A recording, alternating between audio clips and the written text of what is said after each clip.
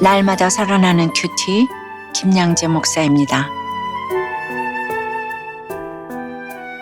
오늘 큐티인 말씀은 요나 4장 6절부터 11절까지입니다. 하나님 아버지, 내가 아끼는 것보다 하나님이 아끼시는 생명을 더 귀하게 여기며 하나님의 마음으로 오늘 하루를 살아가도록 말씀해 주시옵소서. 듣겠습니다. 생명을 귀하게 여기려면 첫째, 하나님이 예비하신 것을 보아야 합니다. 오늘 6절에 하나님 여호와께서 박넝쿨을 예비하사라고 해요. 하나님은 지금 하나님께 성내고 초막에 틀어박힌 요나를 직접 찾아오셔서 박넝쿨을 시각자료로 사용하여 다시 양육하십니다. 요나는 자기 열심으로 초막을 지었지만 초막은 뜨거운 바람을 막지도 요나를 보호하지도 못했어요. 그런데 하나님이 예비하신 박넝쿨은 하루 만에 자라서 요나의 머리를 가리는 그늘이 되어 그의 괴로움을 면하게 했습니다. 니느웨 사람 12만 명이 회개해도 전혀 기뻐하지 않던 요나가 이 박넝쿨에는 어떻게 반응하나요? 크게 기뻐하였더라고 하지요. 이것이 요나의 영적 상태였습니다. 요나는 구원 때문이 아니라 환경 때문에 기뻐하는 거예요. 말씀에는 무감각한데 자기에게 좋은 일에는 즉각 반응하네요. 이게 바로 우리의 모습 아닙니까? 돈이 생기면 기쁘고 계획이 틀어지면 화가 납니다. 작은 도움 하나에도 기뻐하는데 누군가의 회개와 구원에는 관심이 없어요. 이것이 요나의 모습이자 우리의 모습입니다. 7절에 하나님이 벌레를 예비하사라고 해요. 요나가 그렇게 기뻐하던 그늘이 하룻밤 사이에 벌레 때문에 없어집니다. 그런데 여기서 중요한 단어는 예비하사예요. 박넝쿨도 하나님이 예비하셨고 벌레도 하나님이 예비하셨다는 거예요. 위로도 하나님이 주신 것이고 그 위로를 거두어 가시는 훈련도 하나님이 하셨다는 뜻입니다. 우리가 너무 꼭 붙잡고서 기쁨으로 삼으며 하나님보다 더 좋아하는 것들을 하나님은 이렇게 벌레 하나로도 없애실 수 있어요. 벌레 하나로 요나의 기쁨이 완전히 무너집니다. 우리 역시 작은 사건 하나, 작은 문제 하나에도 인생 전체가 흔들리는 것처럼 반응할 때가 있지요. 그러나 하나님의 시각에서 보면 우리에게 닥친 고난도 우리가 두려워하는 사건도 벌레 하나 수준일 뿐입니다. 그런데 왜 하나님이 이 박넝쿨을 없애버리셨을까요? 요나가 하나님보다 박넝쿨을 더 사랑했기 때문이에요. 요나의 관심은 한 영혼이 아니라 자기 머리 위 그늘이었습니다. 하나님이 벌레를 예비해서 요나가 아끼는 것을 깨뜨리고 드러내신 것은 요나가 무엇을 진짜 우상으로 삼고 있는지를 좀 보라고 하시는 하나님의 극진하신 사랑이었어요. 적용 질문 드릴게요. 요즘 무엇 때문에 심히 기뻐합니까? 최근 내 삶에서 하나님이 벌레를 예비하신 사건은 무엇인가요? 주께서 예비하신 박넝쿨이 사라졌을 때 어떻게 반응했나요?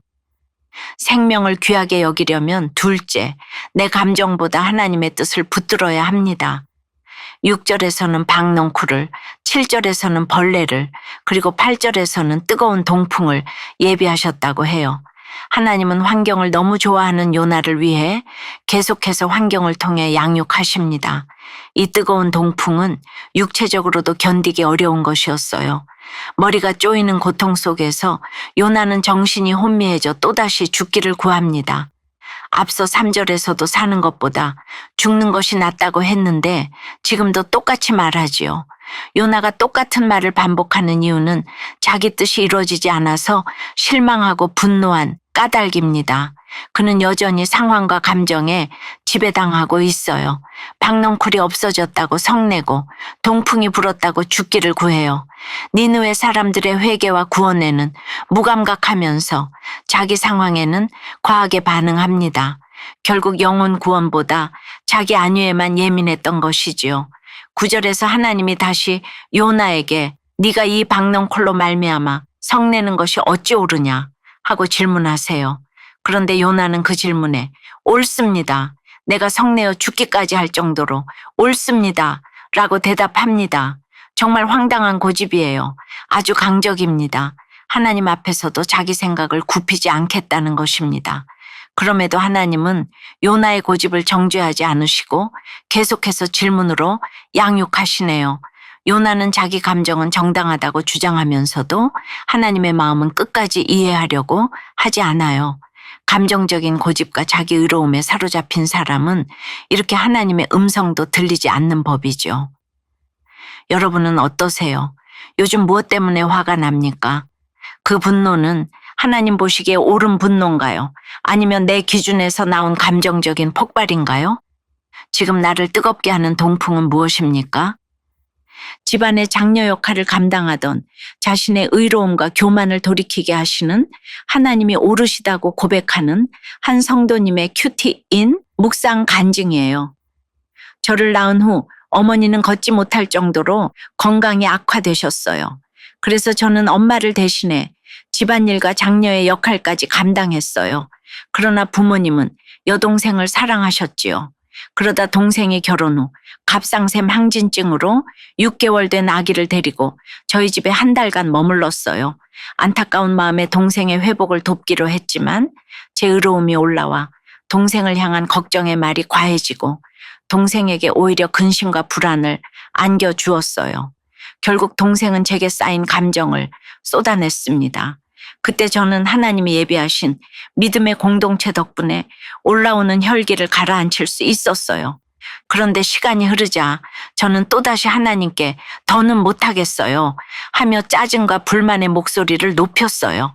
그때 하나님은 저를 교회에서 양육 훈련을 받도록 이끄시고 9절 말씀처럼 네가 성내는 것이 어찌 옳으냐 하며 저의 옳음에 대해 집요하게 물으셨어요.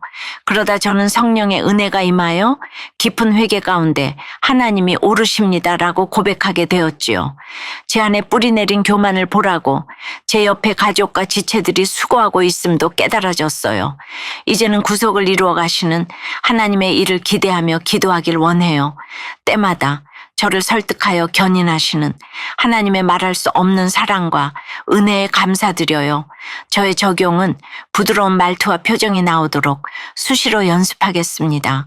공동체에서 자랑 섞인 이야기보다 저의 부족한 모습을 나누겠습니다. 입니다. 하룻밤 사이에 생겼다가 사라질 수 있는 그늘 하나 때문에 성을 내고 정작 회개한 수많은 영혼을 보면서는 눈물 한 방울 흘리지 않는 요나의 모습이 우리의 모습은 아닙니까? 하나님은 이런 우리에게 내가 어찌 아끼지 아니하겠느냐라고 말씀하세요. 이는 단지 니느웨를 향한 말씀이 아니라 불순종하고 삐치고 자기의에 가득한 요나조차 끝까지 아끼신다는 하나님의 사랑이 담긴 말씀입니다. 사랑하는 여러분, 여러분이 진심으로 아끼는 것은 무엇입니까? 내 기준과 감정을 넘어서서 하나님의 마음으로 사람을 보고 영혼을 바라보며 공동체를 품는 그 사랑으로 나아갈 수 있기를 기도합니다. 하나님이 우리를 아끼시듯이 이제는 우리도 누군가를 아낄 수 있는 주님의 자녀들이 되길 간절히 축원합니다. 기도드립니다. 주님, 오늘도 박넝쿨 하나에 기뻐하고 벌레 하나에 무너지고 뜨거운 동풍 앞에서 죽고 싶다를 외치는 우리의 연약함을 보게 하시니 감사합니다. 우리가 정말 아껴야 할 것은 내 머리 위 그늘이 아니라 주님이 아끼시는 한 영혼이라고 하십니다. 그런데 하룻밤에 났다가 하룻밤에 사라질 것들에 마음을 쏟고 내 뜻대로 되지 않는다고 성내며 삐치고 초막 속에 틀어박혀 있는 요나 같은 모습이 저마다 있습니다.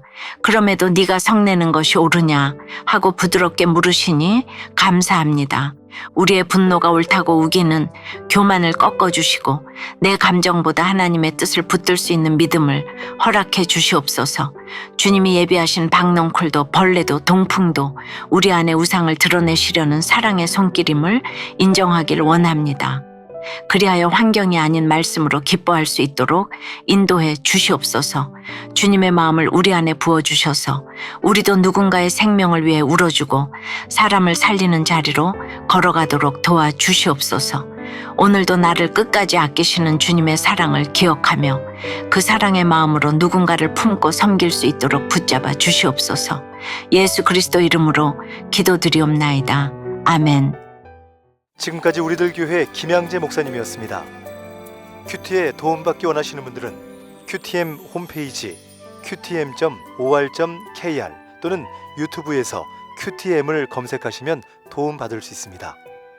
자세한 문의사항은 지역번호 705-5360번으로 문의하시기 바랍니다.